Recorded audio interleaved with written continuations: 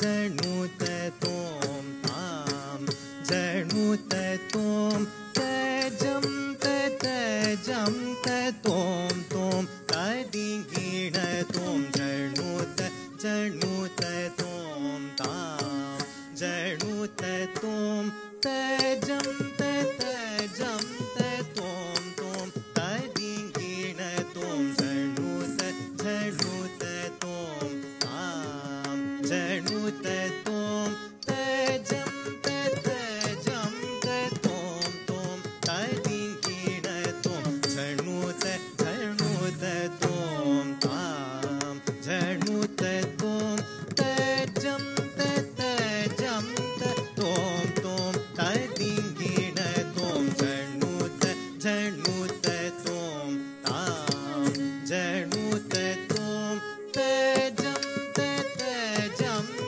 तोम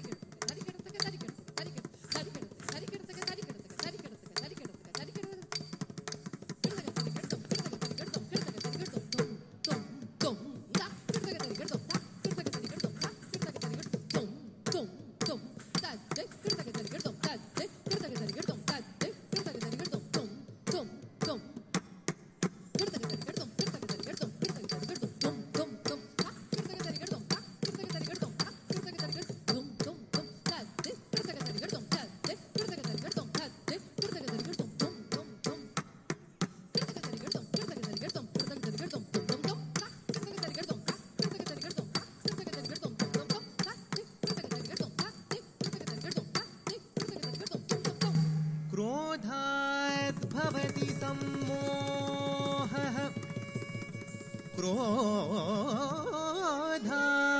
क्रोधाद्भवति सम्मोहः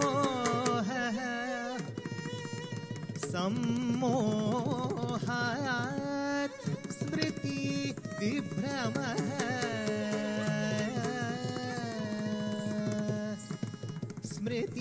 स्मृतिभ्रंशात् बुद्धिनाशः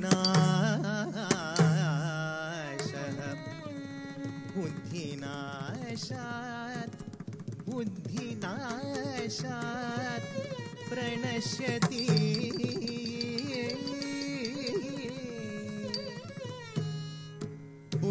बुद्धिनाशात् प्रणश्यति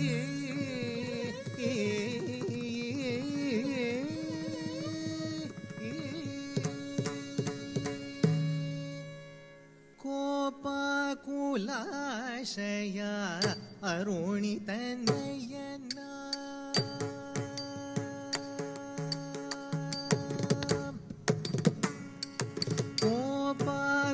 कोपाकुलाशया अरुणितनयना कोपाकुलाशया अरुणितनयना कोपकारणं वदत सविस्तारं कोपकारणं वदत सविस्तारं कोपकुलाशया अरुणितनयना कोपकारणं वदत सविस्तारं कोपकुलाशया अरुणितनयना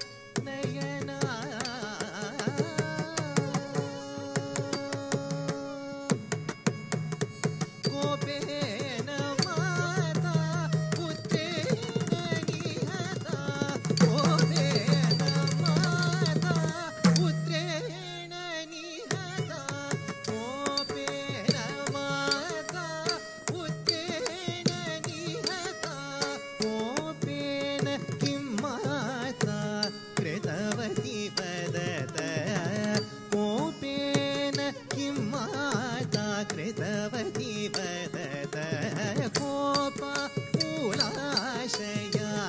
अरुणितनयना कोपकारणं वदत सविस्तारं कोपकुलाशया अरुणितनयना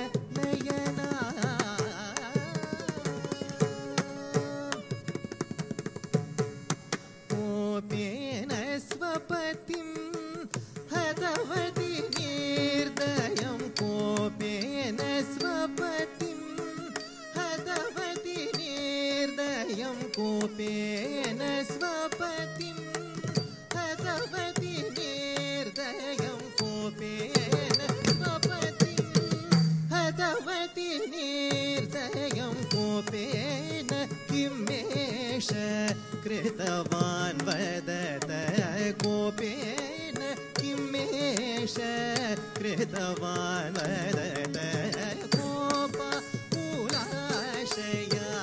अरुणितनयना कोपकारणं वदत सविस्तारं कोपकुलाशया अरुणितनयना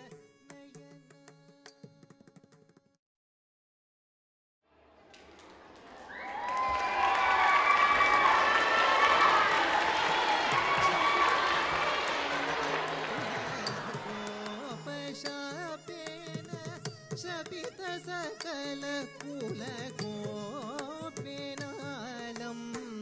हिंसभावं त्यजत कोपेनालं हिंसभावं त्यजत कोपेनालं हिंसभावं त्यजत कोपकुलाशया अरुणितनयना कोपकारणं वदत सविस्तारं कोपकुलाशया अरुणितनयना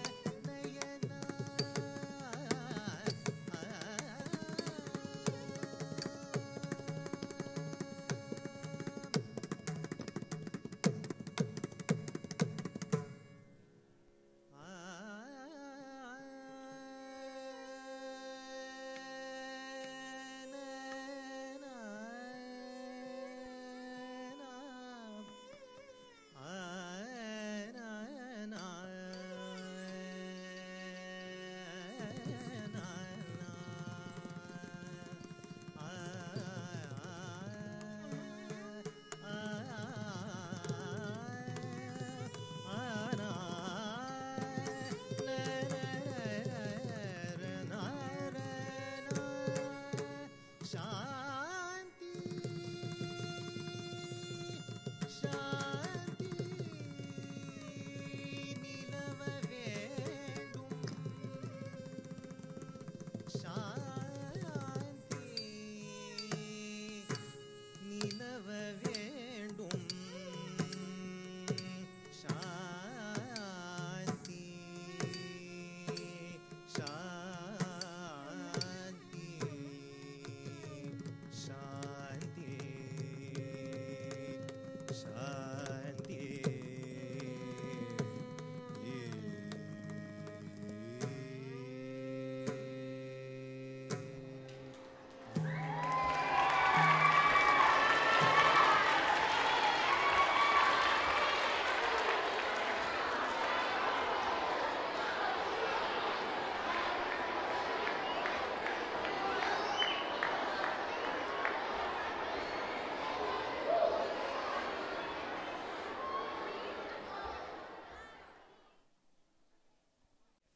We've seen how the goddess Athena transformed her society into a one more peaceful place and a place of justice.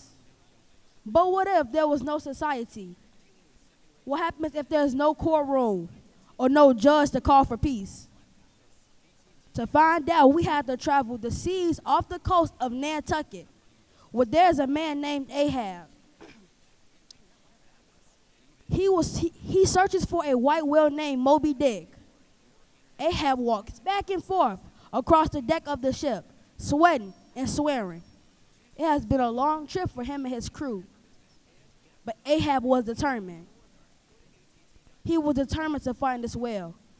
For he had lost something to this whale. He had lost his leg. Since this loss, his sole focus was to get revenge on this whale. Suddenly, in the distance, something flickers. Ahab moves the ship to get a better look. And it flickers again and again. Ahab grows excited because this flickering object looks like a whole lot like a tail of a white whale. "Steady ahead," he shouts to his crew. "There's Moby Dick's tail." Ahab first mate Starbuck has grown tired of this journey. Him and the rest of his crew feel their time should be spent with their families, not searching for a whale. Starbuck takes it upon himself to persuade the captain to change the course and head home. "Oh, Captain, oh, my Captain, noble soul, Grant, oh, heart, why should we give a chase to a hated fish? Let us try to leave these deadly waters. Let us home. Let us away. Let me alter the course."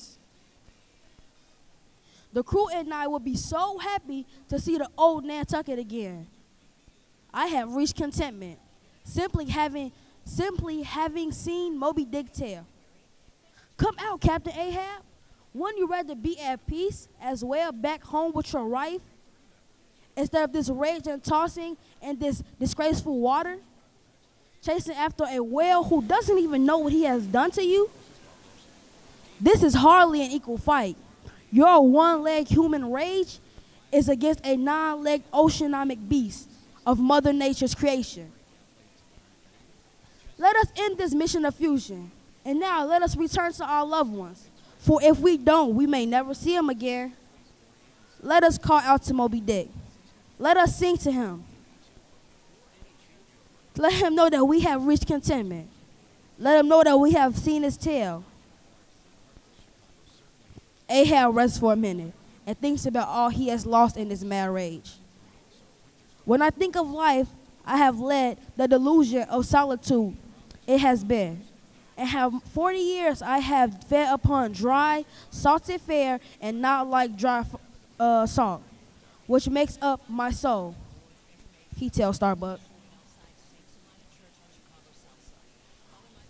"When the poorest landsman has a fresh fruit to his daily hand, and eating the world's freshest bread, I have sailed away, whole ocean away, from a young girl I wedded past 50 and sailed for Cape Horn the next day, leaving but in the dent and pillow.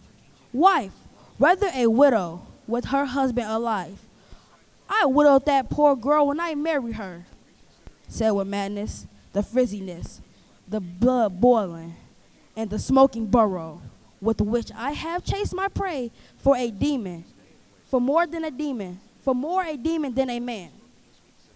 What a 40 years fool I have been on this chase. Why weary and plazy, the arms of the ore and the iron and the lance. How the bitter and better I am now.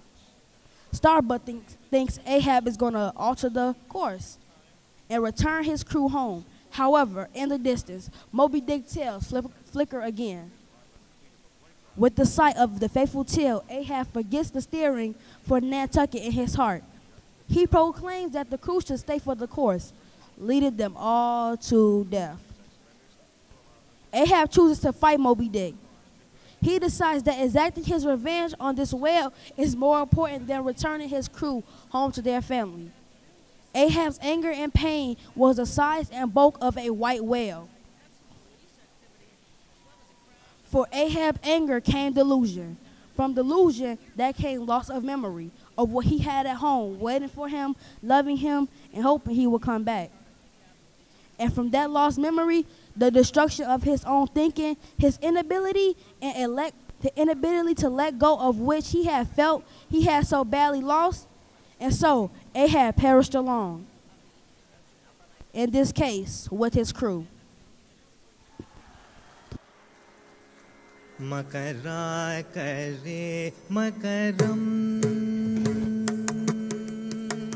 makara kare makaram, ekam makara kare makaram, ekam ekam akhanda buddhi mrigayami satatam. अखंड बुद्धि मृगयामि सततं मकरा करे मकरम् एकम् अखंड बुद्धि मृगयामि सततं मकरा करे मकरम्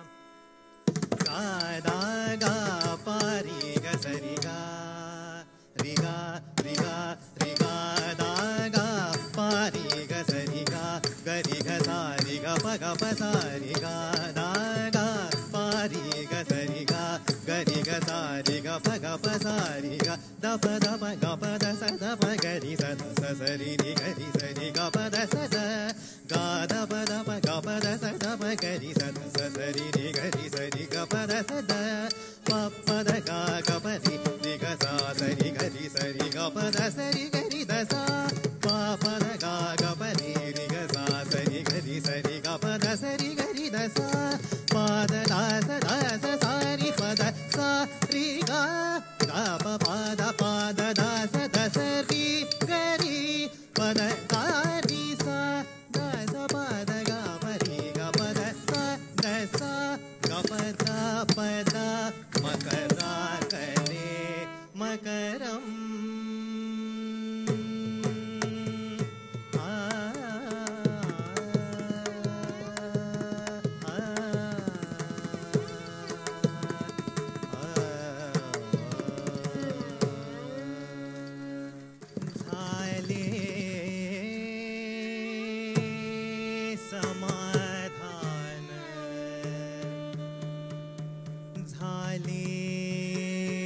समाधान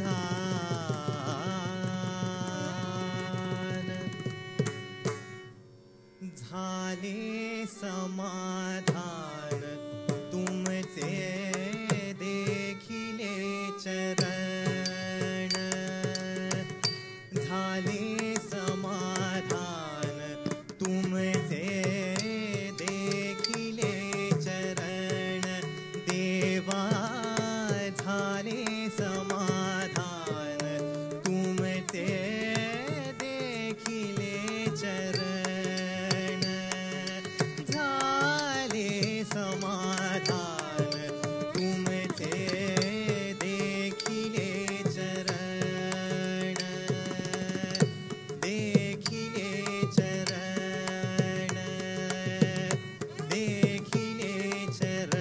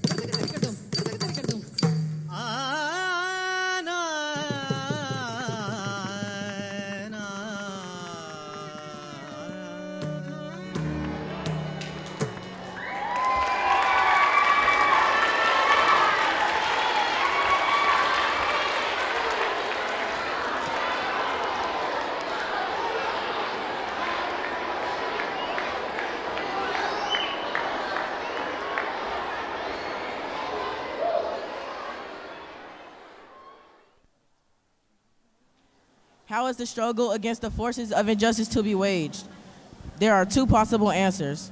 One is resort to the all too prevalent method of physical violence and corroding hatred. The danger of this method is its futility. Violence solves no social problems. It merely creates new and more complicated ones. Through the vistas of time, a voice still cries to every potential Peter to put up your sword. The shores of history are white with the bleached bones of nations and communities that failed to follow this command. There is an alternative. It is that it does not seek to humiliate or defeat the opponent, but to win its friendship and understanding. The nonviolent resistor, he said, must often express his protest through non-cooperation or boycotts. But he realizes that non-cooperation and boycotts are not ends themselves. They are merely means to awaken a sense of moral shame in the opponent. The end is redemption and reconciliation. The aftermath of nonviolence is the creation of a beloved community, while the aftermath of violence is tragic bitterness. Things look bleak and the violence is real, but Reverend King held that high ground and people rallied to him. It was Gandhi that crafted the ancient Indian concept of ahimsa into a powerful political weapon during his time in South Africa in 1893 when he faced the apartheid regime for the very first time. Ahimsa means lacking any desire to kill, meaning to be without harm, to be utterly harmless, not only to oneself and others, but to all living beings. But its implications are far wider. It is not more than not doing violence. It is more than an attitude. It is a whole way of life. It is the opposite of himsa, which means violence, which is to hurt due to the passions which agitate mind, body, or speech. The concept of ahimsa extends to all living beings, and therefore protection of the environment, natural habitats, and vegetarianism and its natural derivatives. Gandhi learned this lesson of nonviolence from his wife when he tried to bend her to his will. Her determined resistance to his will on the one hand, and her quiet submissions to the suffering his stupidity involved on the other, ultimately made him ashamed of himself and cured him of his stupidity and thinking that he was born to rule over her. And in the end, she became his teacher in nonviolence. Generally, ahimsa means nonviolence, but to Gandhi, it has a much higher, maybe infinitely higher meaning. It means that you may not offend anybody, you may not harbor any uncharitable thoughts, even in connection to those who you consider your enemies. To ones who follow this doctrine, there are no enemies. A man who believes in the efficiency of this doctrine finds in the ultimate stage, when he's about to reach the goal, the whole world is at his feet.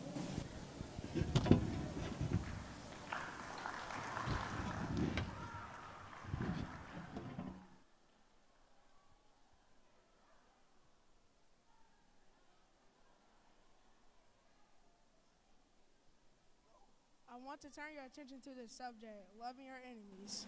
My basic philosophical and theological orientation, the whole idea of love, the whole philosophy of love. St. Matthew says, "Ye have heard that it has been said, Thou shalt love thy neighbor and hate thine enemy. But I say unto you, love your enemies, bless them that curse you, do good to them that hate you, and pray for them that despitefully use you, that ye may be the children of your Father which is in heaven." Certainly, these are great words lifted to cosmic proportions. And over the centuries, many persons have argued that this is an extremely difficult command. Many would go so far as to say that it just isn't possible to move out into the actual practice of the glorious command. They would go on to say that this just is an additional proof that Jesus was an impractical idealist who never quite came down to earth. So the arguments abound, but far from being the impractical idealist, Jesus has become the realist. The words of this text glitter in our eyes with a new urgency, far from being the pious injunction of a utopian dreamer. This command is an absolute necessity for the survival of our civilization. Yes, it is love that will save our world and our civilization. Love even for enemies. Now let me hasten to say that Jesus was very serious when he gave this command. He wasn't playing. He realized that it's hard to love your enemies. He realized that it's difficult to love those persons who seek to defeat you, those persons who say evil things about you. He realized that it's painfully hard, pressingly hard, but he wasn't playing. And we cannot dismiss this passage as just another example of Oriental hyperbole, just a sort of exaggeration to get over the point. Now let us first deal with this question, which is the practical question. How do you go about loving your enemies? I think the first thing is, in order to love your enemies, you must begin analyzing self. Hey, my name is Reverend Jackson. A second thing that an individual must do in seeking to love his enemy is to discover the element of his enemy. And every time you begin to hate that person, you think hating that person, realize that there is some good there, and look, those good points which will overbalance bad points. I've said to many occasions that each of us is something that's personality. We're split up and divided against ourselves, and there is something of a civil war going on within our lives. There is something within all of us that can cause us to cry with Plato, that the human personality is like a chariot with two headstrong horses. It's wanting to go different directions. Oh God, help us in our lives and all our attitudes to work on an out-controlling force and love, this controlling power that can solve every problem that we confront in all areas. Give us strong determination in the name of Spirit, and we pray, amen.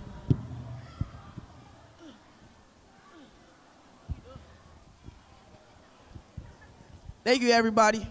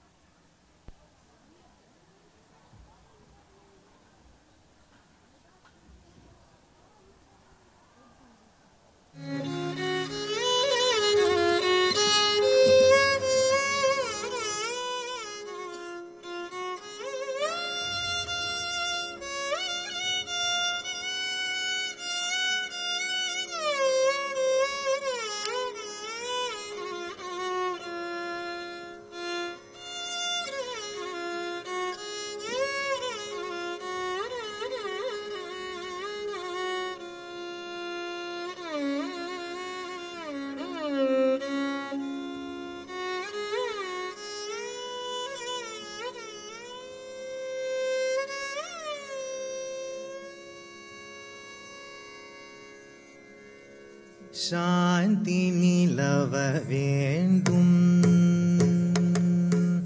சாந்தி நிலவ வேண்டும்,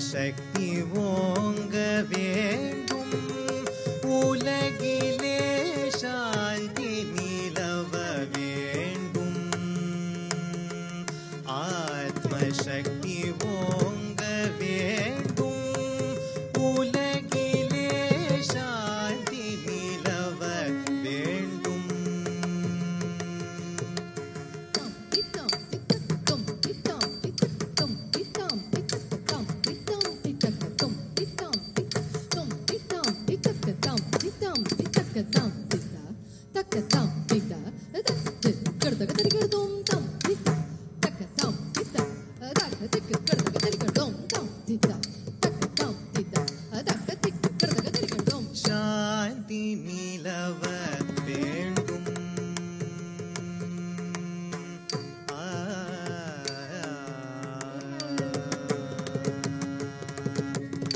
காந்தி மகாத்மா கட்டளை அதுவே, காந்தி மகாத்மா கட்டளை அதுவே, காந்தி மகாத்மா கட்டளை அதுவே, கருணை ஒற்றுமை கதிரொளி பரவி, கருணை ஒற்றுமை கதிரொளி பரவி, கருணை ஒற்றுமை கதிரொளி பரவி.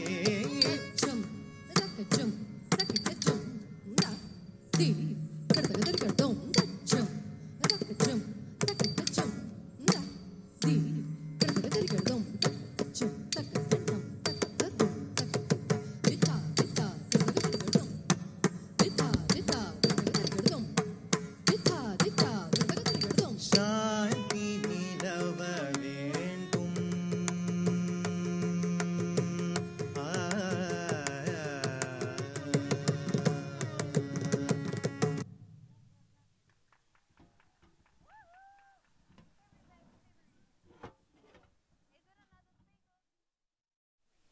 On April 4th, 1968, Robert F. Kennedy visited Indianapolis on a presidential campaign stop. Before giving his speech, he learned of Martin Luther King Jr.'s assassination that same day. The following is the full speech Kennedy gave to the crowd as provided by the John F. Kennedy Presidential Library. I have bad news for you, for all of our fellow citizens and people who love peace all over the world.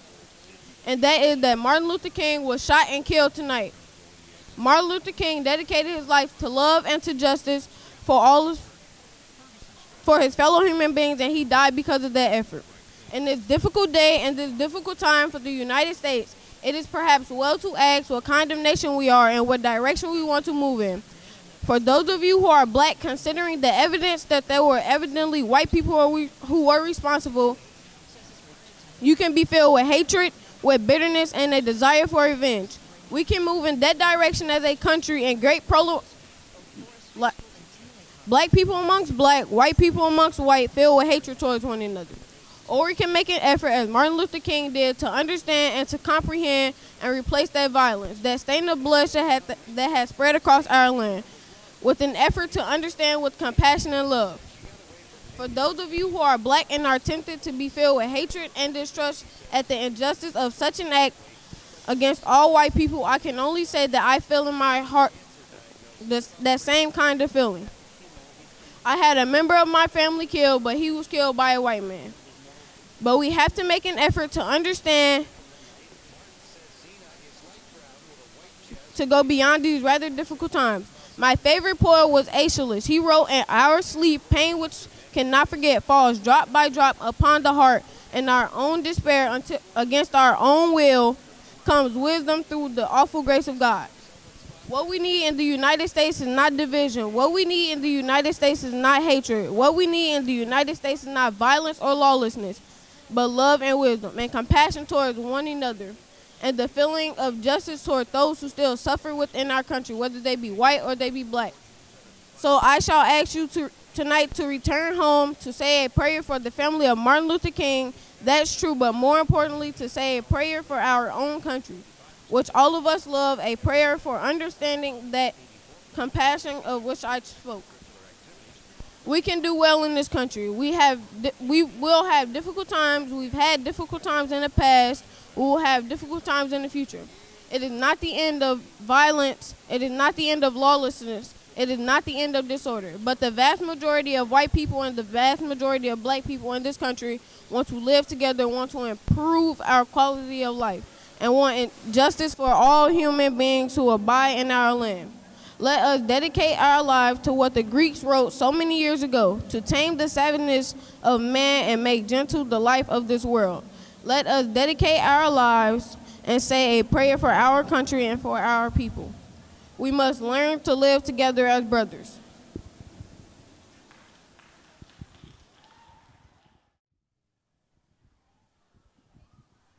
All right, to close out the program, we're all going to stand up, hold hands, and sing We Shall Overcome.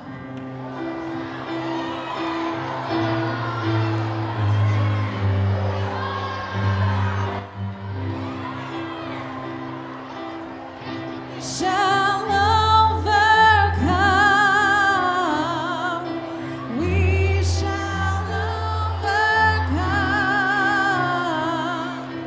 We shall overcome someday.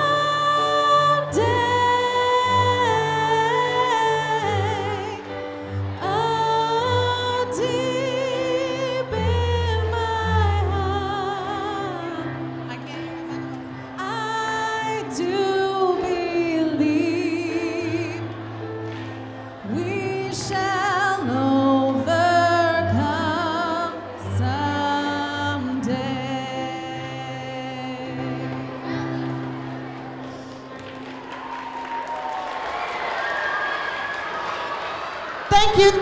Thank you again. Of course, no production goes on without its flaws, but I thank you, gracious audience, for staying focused and listening, because these children have worked hard and they have practiced many a days to bring you this appreciation of Dr. King and Mahatma Gandhi. Remember, we are all in this together, and together we are greater. So let's close out the assembly the way we close out all of our meetings. I'm sorry. Thank you, parents, for being here. Much appreciated that you stayed to the end. We so love you. Thank you, thank you. Thank you, parents.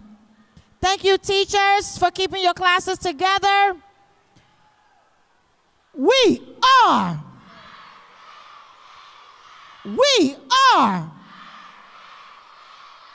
Panthers are. Panthers are.